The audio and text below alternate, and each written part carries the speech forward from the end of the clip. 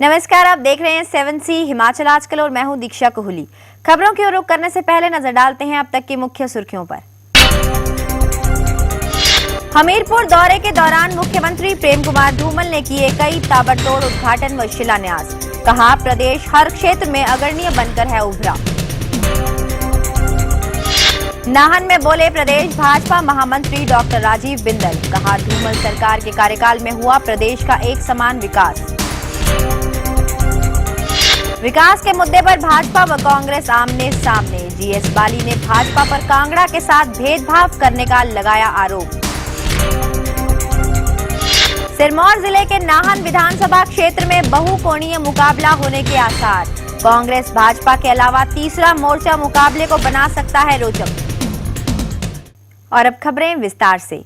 मुख्यमंत्री प्रेम कुमार धूमल ने मंगलवार को अपने हमीरपुर दौरे के दौरान करोड़ों के उद्घाटन व शिलान्यास किए। मुख्यमंत्री ने हमीरपुर में सॉल्ट बोरवेल टैंक का शिलान्यास और अणु में सिंथेटिक ट्रैक का उद्घाटन कर इसे जनता को समर्पित किया। इसके अलावा मुख्यमंत्री ने चीनी कंपनी द्वारा स्कूलों में संचालित की जाने वाली ई होप कंप्यूटर शिक्षा कार्यक्रम का भी शुभारंभ किया। इस मौके पर मुख्यमंत्री ने कहा कि सरकार ने अपने 4.5 साल के कार्यकाल में विकास के नए आयाम स्थापित किए हैं। सरकार के प्रयासों से हिमाचल शिक्षा सहित हर क्षेत्र में अग्रणी बनकर उभरा है।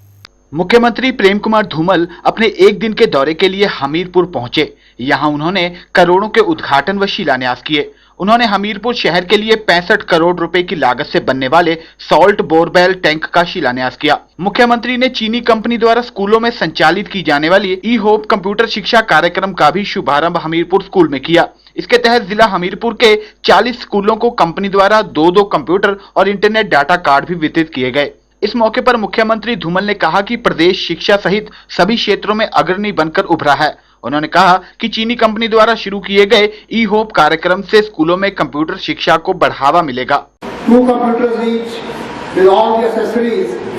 We are extremely thankful to you, Mr. Rubin and Mr. Azad. We thank you very much for it, as we assure you that this investment by your company will go a long way in creating computer engineers in Himachal Pradesh, which is doing very well in e-governance and internet services to the state. मुख्यमंत्री प्रेम कुमार धूमल ने हमीरपुर के अणु में 6 करोड़ 55 लाख की लागत से बनाए गए सिंथेटिक ट्रैक का भी उद्घाटन किया।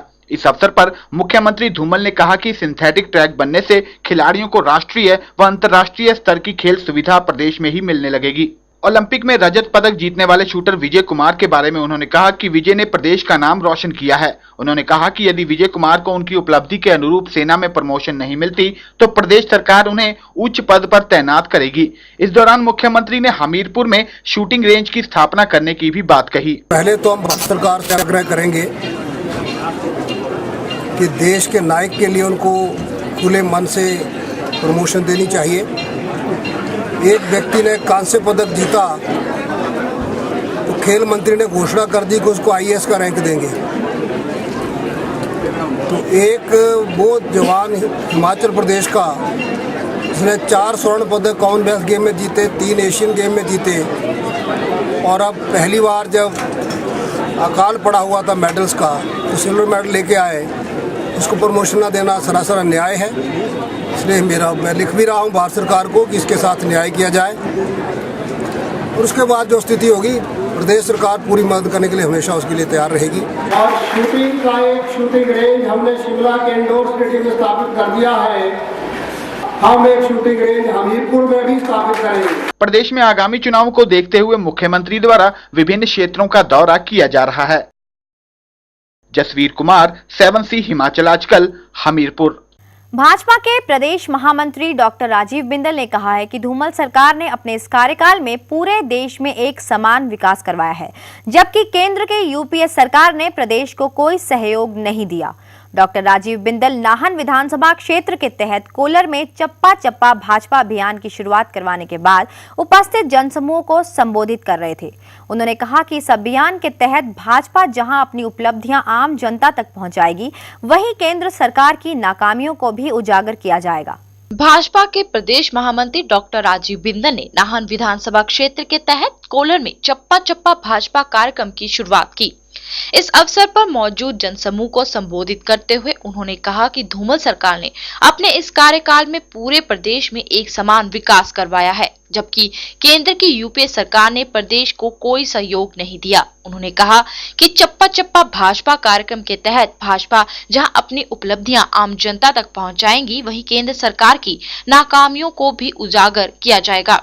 उन्होंने कहा कि केंद्र सरकार के कारण ही आज महंगाई सर चढ़कर बोल रही है और आम जनता का जीना दूभर हो गया है। चप्पा चप्पा अभियान सिरमौर जिला के कोलर पंचायत से शुरू किया है और वो पंचायत जहां पर पार्लियामेंट के चुनाव में सर्वाधिक लीड भारतीय जनता पार्टी को मिली थी, उस पंचायत से शुरू किया बड़े जोरदार तरीके के साथ। जनता के जहन में जा रही है जो अति महत्वपूर्ण है, ये जो कांग्रेस के नेता कई जगह जमावड़ा करके और रैली करने का प्रयास कर रहे हैं, आज जनता इनसे जानना चाहती है कि महंगाई के बारे में आप जवाब दें। तक की केंद्र की कांग्रेस की यूपीए की सरकार, जिसमें हिमाचल प्रदेश के 2 बड़े बड़े मंत्री वो कहते थकती नहीं है कि महंगाई हमसे रुकती नहीं है। भाजपा ने विधानसभा चुनाव के लिए अपने कार्यकर्ताओं को गांव-गांव भेजकर प्रचार अभियान शुरू कर दिया है। प्रचार सामग्री से लैस कार्यकर्ता घर घर दस्तक दे रहे हैं। इस तरह प्रचार के मामले में भाजपा अन्य दलों से आगे निकलती जा रही है। सतीश शर्मा, नाहन 7 से हिमाचल आजकल। चुनाव नजदीक आते देख कांग्रेस व भाजपा एक दूसरे को घेरने में लगी हुई है। दोनों पार्टियां एक दूसरे पर प्रदेश के विभिन्न क्षेत्रों की अनदेखी के आरोप लगा रही है। अब दोनों पार्टियां कांगड़ा में विकास के मुद्दे पर आमने सामने आ गई हैं। एक और जहां कांग्रेस के वरिष्ठ नेता जीएस बाली ने भाजपा पर कांगड़ा से भेदभाव के आरोप लगाए हैं, वहीं उद्योग मंत्री किशन कपूर का कहना है कि चुनाव समीप देख कांग्रेसी नेताओं को कांगड़ा की याद आने लगी है। उन्होंने दावा किया है कि भाजपा सरकार ने अपने कार्यकाल में कांगड़ा में विकास कार्यों को गति दी है। वरिष्ठ कांग्रेसी नेता जेएस बाली ने कहा है कि प्रदेश सरकार कांगड़ा के साथ भेदभाव कर रही है। उन्होंने कहा कि भाजपा के कार्यकाल में कांगड़ा में विकास कार्य पूरी तरह से ठप पड़ गए हैं। बाली ने उद्योग मंत्री किशन कपूर पर भी आरोप लगाया कि वे अपने 4.5 वर्ष के कार्यकाल में जिला कांगड़ा में कोई भी बड़ा उद्योग स्थापित करने में असफल रहे हैं। इस सरकार की न तो कोई नीति रही, एक भी इंडस्ट्री मल्ज एरिया में नहीं आई है, एक नॉट ए सिंगल इंडस्ट्री इसका। कांगड़ा डिस्ट्रिक्ट में एक भी इंडस्ट्री जो है वो नहीं आई। मैं जिसको इंडस्ट्री कहते हैं, जो छोटी कल को कहीं गिराट आ गया, इंडस्ट्री जो है जो जिसमें 5-6 करोड़ से ऊपर की इंडस्ट्री हो, वैसी कोई भी इंडस्ट्री कांगड़ा जिले में नहीं आई। उद्योग मंत्री यहाँ के हैं। वहीं उद्योग मंत्री किशन कपूर ने कहा कि जीएस बाली पूर्व कांग्रेस सरकार के समय में वीरभद्र के खास माने जाते थे। इसके बावजूद उन्होंने कांगड़ा में विकास की ओर कोई ध्यान नहीं दिया। अब चुनाव समीप आते देख उनको कांगड़ा की याद आने लगी है। किशन कपूर ने कहा कि भाजपा सरकार ने कांगड़ा में विकास कार्यों को गति दी है। सरकार ने कांगड़ा में बड़े पैमाने पर औद्योगिकरण की योजना तैयार की है और इसके लिए 15,000 कनाल भूमि का भी चयन कर लिया गया है। 2003 से लेकर 2007 तक ये मंत्री रहे, वीरभद्र सिंह के सेकंड लेफ्टिनेंट रहे। ये तो तब कोई उद्योग ला नहीं पाए और तब जो मतलब कांगड़ा की इनको याद नजर नहीं आई। तक अब इनको चुनावों में याद आती है कि कांगड़ा की याद अब आने लगी जब चुनाव नजदीक आए। राजनीतिक पार्टियां इन दिनों एक दूसरे पर आरोप प्रत्यारोप लगाने का कोई मौका नहीं छोड़ना चाह रही। चुनावों को देख आने वाले दिनों में ये सिलसिला और भी बढ़ने की उम्मीद है। नृपजीत निप्पी, धर्मशाला 7 से हिमाचल आजकल। हमीरपुर के सांसद अनुराग ठाकुर ने मंगलवार को नैना देवी विधानसभा क्षेत्र का दौरा कर अनेक उद्घाटन व शिलान्यास दिए। अनुराग ठाकुर ने लखनऊ में संपर्क सड़क और स्कूल के नवनिर्मित 2 कमरों का उद्घाटन किया।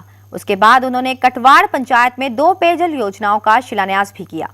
सांसद अनुराग ठाकुर ने मंगलवार को नैना देवी विधानसभा क्षेत्र का दौरा कर अनेक उद्घाटन व शिलान्यास किए। इस विधानसभा क्षेत्र में पहुंचने पर लोगों ने सांसद का भव्य स्वागत किया। स्थानीय विधायक रणवीर ठाकुर भी उनके साथ मौजूद थे। इस दौरान अनुराग ठाकुर ने जगह जगह जनसभाओं को भी संबोधित किया, जिसमें उन्होंने लोगों के सामने प्रदेश सरकार की उपलब्धियां गिनवाई। दिल्ली में भी कांग्रेस की सरकार आई, प्रदेश में भी कांग्रेस की सरकार आई, तो जो अटल बिहारी वाजपेयी जी ने धूमल जी के समय औद्योगिक पैकेज हिमाचल प्रदेश को दिया था, जिन उद्योगों के लगने से लगभग 3.25 लाख लोगों को रोजगार मिला, उसकी समय सीमा बढ़ाई तो नहीं, उल्टा 2013 से कम करके उसको 2010 तक कर दिया। 47 में देश आजाद हुआ, 77 तक 30 साल इस देश और प्रदेश में कांग्रेस पार्टी की सरकारें रही, परंतु हिमाचल प्रदेश में आईपीएच डिपार्टमेंट नहीं बना, कोई स्कीम नहीं बनी। 77 में सत्ता परिवर्तन हुआ, जनता पार्टी की सरकार बनी, हमारी पार्टी के नेता शांता कुमार जी मुख्यमंत्री बने, तो हिमाचल प्रदेश में आईपीएच का डिपार्टमेंट बना। उसके बाद हिमाचल प्रदेश में पीने के पानी की स्कीमें बनी। मुकेश राज, नैना देवी, 7C हिमाचल आजकल। मनाली के निकट सेरी नाला में बीते 3 अगस्त की रात को बादल फटने से सीमा सड़क संगठन की करोड़ों की मशीनरी बहने के लिए आखिर कौन जिम्मेवार है? ये सवाल आम लोगों के मन में उठ रहा है। बीआरओ ने अपने बाहंग कार्यालय के समीप व्यास नदी के तट पर करीब दर्जन वाहन और मशीनें रखी थी, जो कि इस बाढ़ की भेंट चढ़ गई। इसके अलावा बीआरओ के 2 पुल भी इस बाढ़ में बह गए थे। हालांकि बीआरओ इन वाहनों व मशीनों को कंडम बताकर अपना पल्ला झाड़ रहा है, लेकिन सवाल यह है कि यदि ये वाहन और मशीनें वाकई कंडम थी तो इनकी समय पर नीलामी क्यों नहीं की गई? ऐसा करने से इस नुकसान से बचा जा सकता था। मनाली के समीप सैरी नाला में बीते दिनों बादल फटने से बीआरओ को करोड़ों का नुकसान हुआ था। बाहंग स्थित कार्यालय के समीप व्यास नदी के तट पर बीआरओ ने करीब दर्जन वाहन व मशीनरी रखी हुई थी, जो कि बाढ़ की भेंट चढ़ गए थे। बताते हैं कि ये वाहन और मशीनरियां यहाँ पर काफी अरसे से बेकार पड़ी हुई थी और बीआरओ भी इनको कंडम बता रहा है। लेकिन सवाल ये है कि यदि ये वाकई कंडम थी तो इनकी समय पर नीलामी क्यों नहीं हुई? अब जो नुकसान हुआ है उसके लिए कौन जिम्मेवार है? उधर बीआरओ के अधिकारी इन वाहनों व मशीनों को बहने को हल्केपन से ले रहे हैं। और जो हमारे कुछ प्लांट्स और गाड़ियाँ थी जिसके असेसमेंट मैंने अभी किया नहीं है, मगर वो क्लास डी थी तो इतने इम्पोर्टेंट नहीं है। क्लास डी इक्विपमेंट थी जो हमने भांग डेट में रखा था। भांग डेट में पानी घुसने की वजह से कुछ इक्विपमेंट और क्लास डी इक्विपमेंट और प्लांट पानी में बह गया है। तो जो 7 मीटर विड्थ का रोड था वो अभी 1 से 3 मीटर पे रह गया, कहीं गया। और ये 4-5 जगहों पे जो रोड इरोशन हुआ है उसको सबसे पहले काम करना है। पहचान का जिसका बिल्कुल 1 मीटर का रोड स्ट्रेच बाकी है, इसको सबसे पहले प्रायोरिटी देनी है और इसको हम निकालेंगे। गौर हो कि सैरी नाला में बादल फटने से व्यास नदी में बाढ़ आ गई थी, जिसके चलते धुंधी पलचान में सीमा सड़क संगठन के 2 पुलों के साथ करोड़ों की यह मशीनरी भी बह गई थी। ऐसे में सवाल ये उठना लाजमी है कि आखिर लापरवाही से हुए इस नुकसान का जिम्मेवार कौन है और इसकी भरपाई कैसे होगी? 3 अगस्त को मनाली के निकट बादल फटने से व्यास नदी में बाढ़ आ गई थी, जिसके चलते करोड़ों रुपए का नुकसान हुआ था।